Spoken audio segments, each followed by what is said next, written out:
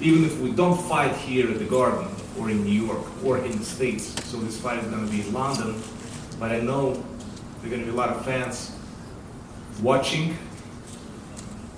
I don't know which channel is going to broadcast in the States, or watching it in arena and going to come to Wembley, which is pretty much amazing as a big stage, probably the biggest stage I ever fought. Bern just mentioned I fought at a couple of stadiums, and I fought in front of 30, 40, 50, 60,000 people, but never in front of 90,000 people. That's my biggest arena. This is to me going to be our same biggest fight. Fighting a man that I was, is, and will be a fan of. Since I watched Anthony Joshua winning the Olympic gold in 2012, I was right there in the arena, and it was amazing to watch that somebody's following in your footsteps. We had plenty of rounds during sparring sessions 2014 when Anthony was my sparring partner for my fight against Kubrat Pulev. I believe this man has a lot of skills. And as Eddie said, he's going to be the biggest star in boxing. Maybe yes, maybe not. I hope you made enough plans also to fight Wilder past me or other opponents. So I understand the plans and understand the ambitious, and it's good to be young and ambitious. In this case, I'm talking both about you, about Anthony and Eddie. And I believe that this fight is magnetizing audience, because there's a lot of questions. And I just talked to a couple of you guys, and you asked me questions like, so how's that gonna be? Is it too early for Anthony? Is it too late for you? There's a lot of questions that I've heard. How Anthony is gonna handle it, how he's gonna handle somebody that is not afraid or have in fear staying in the ring. How is he gonna handle if he's going to fight a pace that he is not controlling? How is he gonna feel if he needs to fight, go backwards? How is he gonna feel if he's gonna get hit again and again, and again and again, and again? So all these questions, how I'm gonna handle it. Still I got it, or is it too late? All those questions are going to be answered on April 29th at Wembley Stadium. I'm looking forward to this challenge. I have my goal to become 3-time world champion. My motivation is high as the sky. My allies and my team, because there were a lot of questions, why did I lose those titles? Maybe somebody in the family, in the team, there's like always some names were brought up, maybe it's not good, or your coach is too young, or your physiotherapist is not good, or whatever. No, everything is going to remain the same, just the end of the fight will be different, and I strongly believe in it. I am, and I repeat it one more time, this word, obsessed with my goal to become 3-time world champion. An obsession means love. I live in love. And I know how serious my opposition is, and I'm happy to give to the fans that have great patience seeing me back in the ring again. Ladies and gentlemen, I will not lose too many words here. I just want to tell you, buckle up in the front of the TVs, because you're going to be really emotional, or at the seats at the Wembley Stadium. Just watch it. And it's going to be an amazing event and a great fight. Obviously, I will need to pass the word to the champ. Now I'm a challenger. All the respect and good luck in the preparation to all what is gonna come up as a challenge to handle it well. So thank you for attention, and AJ, go ahead.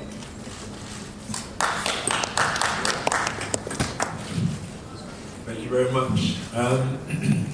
Feeling the jet lag a bit, so excuse me if I'm lost for words, but first and foremost... Did I put you asleep already? No.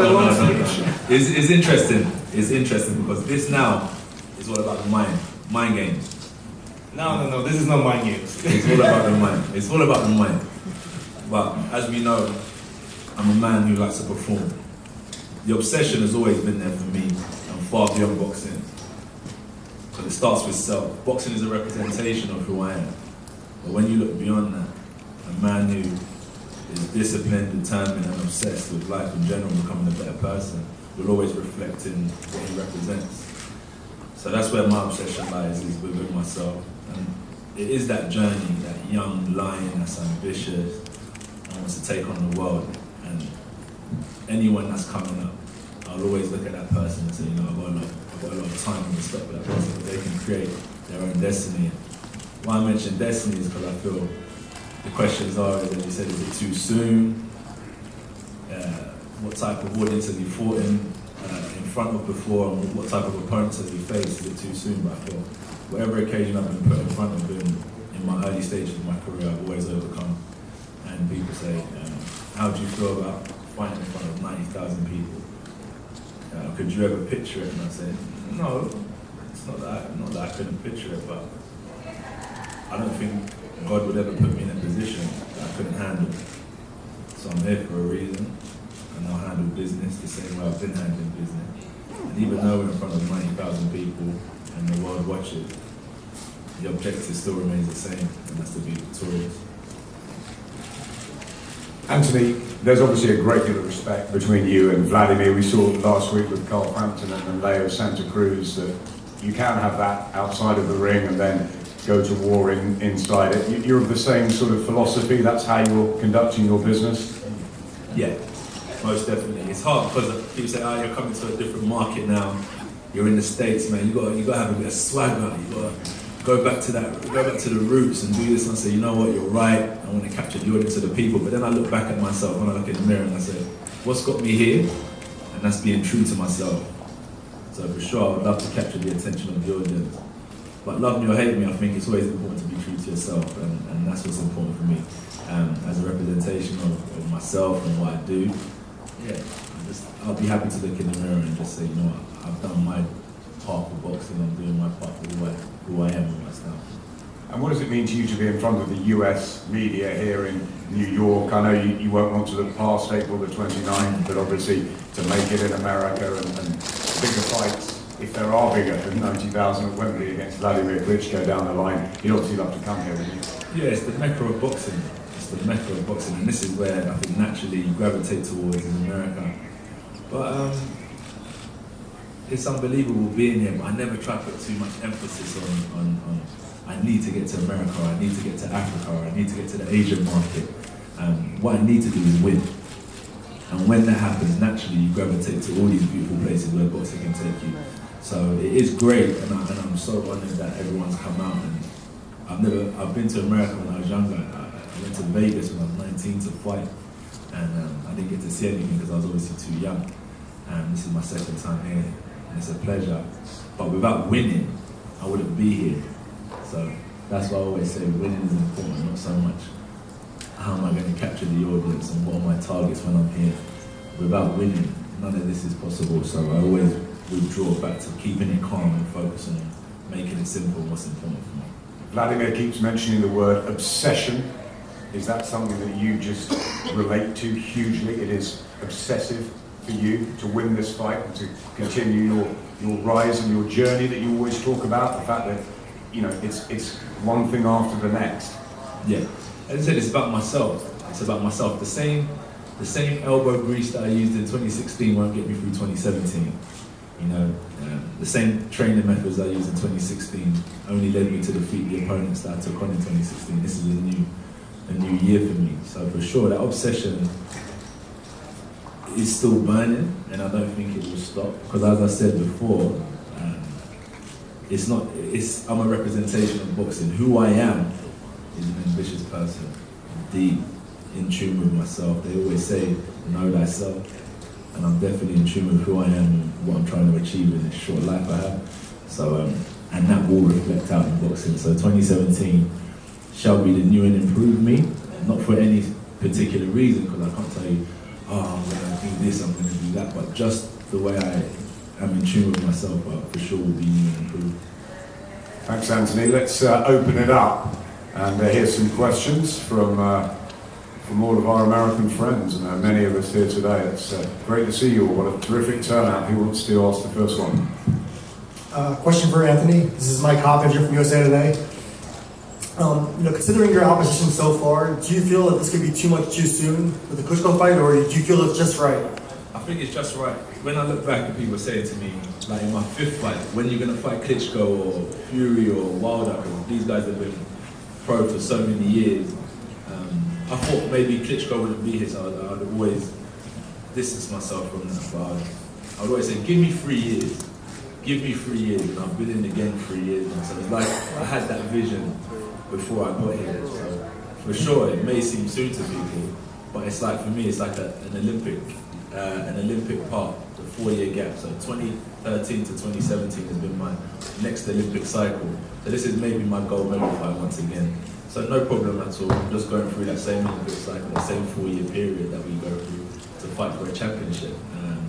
And yeah, I've had 19 fights, we've been on the road, and it doesn't seem a lot, but from what I've learned through fighting, sparring, and as a person, I throw all these different things into the mix, and yeah, it should prepare me for all these things when I step in the ring. Because fighting isn't just about, one-on-one in the ring. As you said, there's mind games, there's the crowd you've got to deal with, there's things that go on in your personal life away from training. So I've learned how to deal with these things and manage these things, and I should be in a really good place come April 29th. I'm not playing any mind games. I don't know why is it always a topic. Seriously, I'm like the truth, the naked truth. There is no mind game. But I just want to add to what you said and actually asked. I think it's a perfect timing for both of us. In 3 years, he's going to be too good, and I'm going to be too old maybe. But this is the time, and we just got it in the right time. And it's definitely a signature fight for boxing, period, because I love that we're sitting here and we can have a healthy and normal conversation with each other.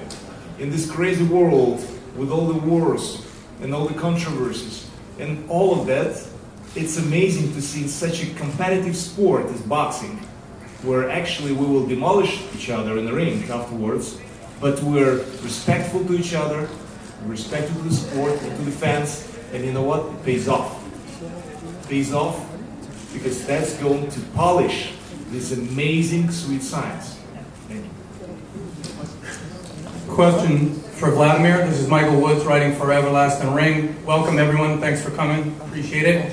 Wladimir, we say for the fans there is a question of what's going to happen. Is it too early for Mr. Joshua? Is it too late for you? I'm wondering, in your own mind right now on paper, how certain are you that you have enough left to beat Mr. Joshua, or will it question only be answered in the ring that night? You didn't listen to me. I just said it's perfect time. It's perfect. Because in 3 years I'll be too old, probably, and Anthony's going to be too good. So it's equal. It's perfect. The timing is right.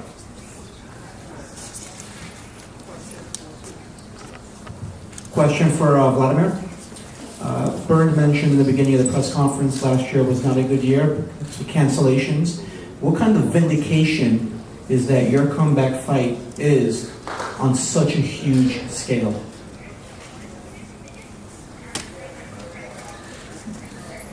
This is, to me, it's something that I've never been before, as I said, with the amount of people being involved, fans at the stadium.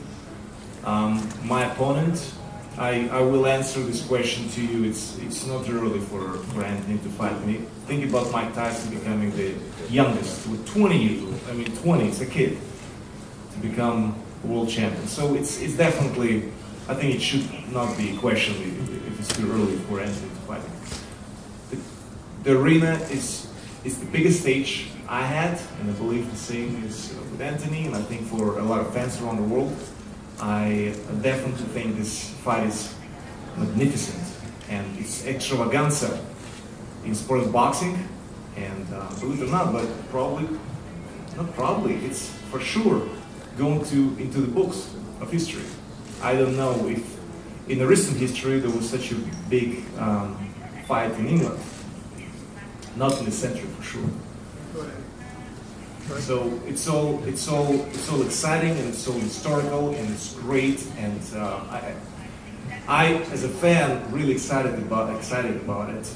To see two Olympic champions fight each other. I've been fighting Olympic champions. Met at Atlantic City,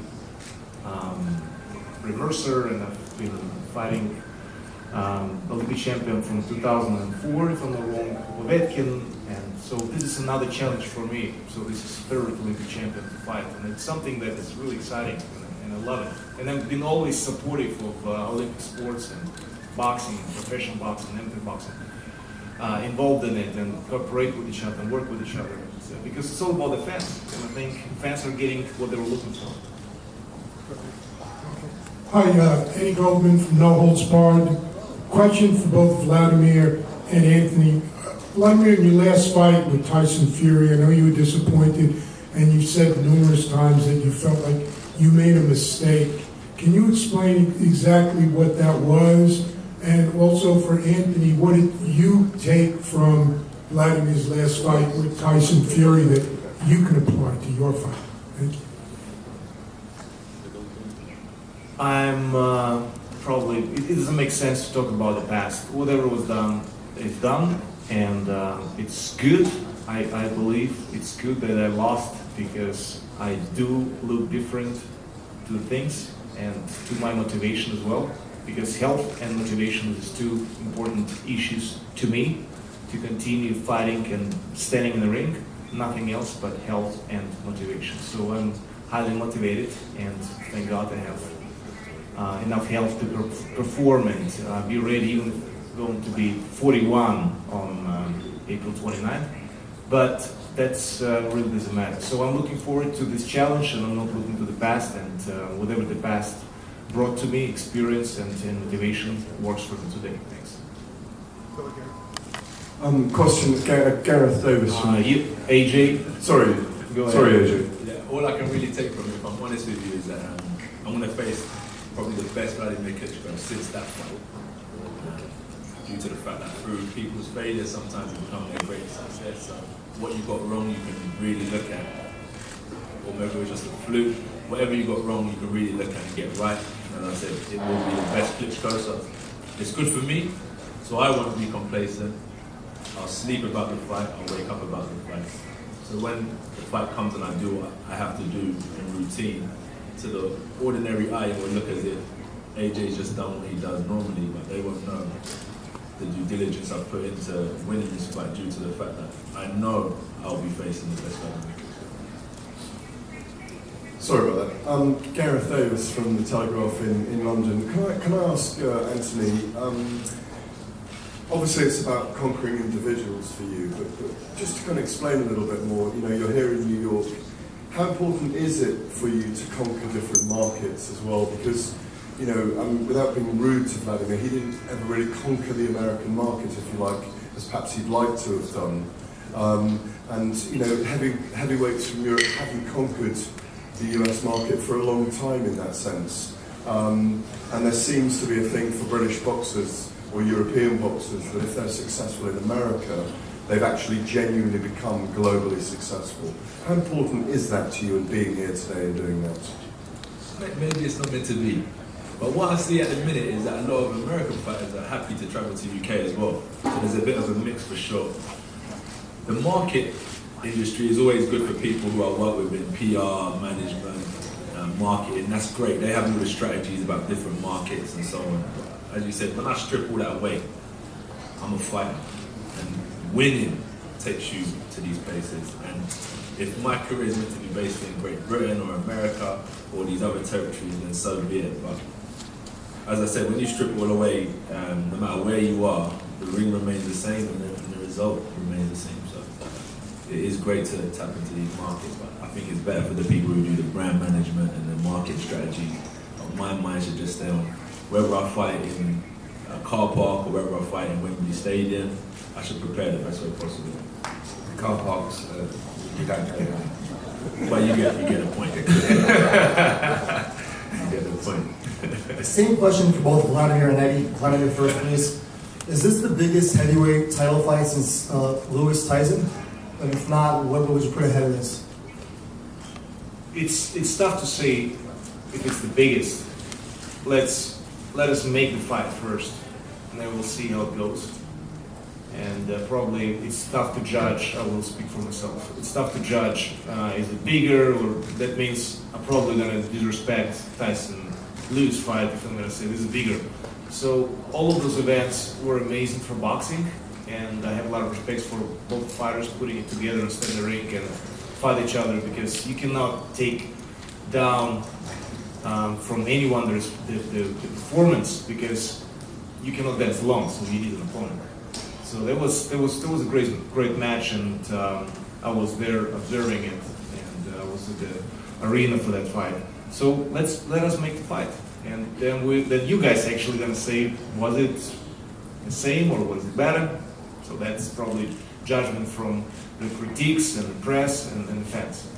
Yeah, I should have said, Frank, is it the biggest, since then? There haven't really been a lot of big heavyweight fights. Yeah, I think I can only give you the stats, which the stats are I have to thank the Mayor of London as well, actually. We sold 85,000 tickets, and he was kind enough to speak to the transport networks, put on extra trains and transportation for the public to increase that to 90,000. It's the biggest post-war crowd ever in Britain.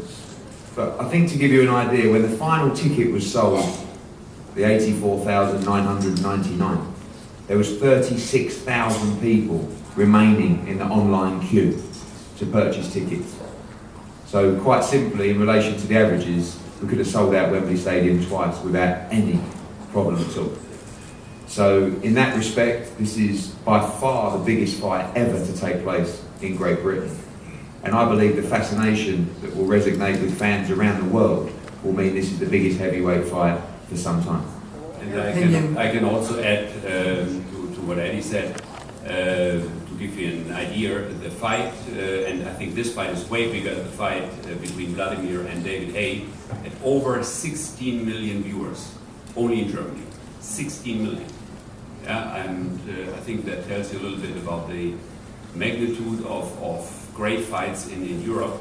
And I think we're also expecting great things on the pay-per-view basis in England. So all over, it's a fantastic fight. And also our international marketer, IMG, already told us this is by far the biggest boxing fight that they have marketed. And this is the biggest sports marketing agency in the world, as you guys know. Just a quick follow-up for both you and Eddie. It's also been a really long time since there was a great high-profile heavyweight championship fight in the ring.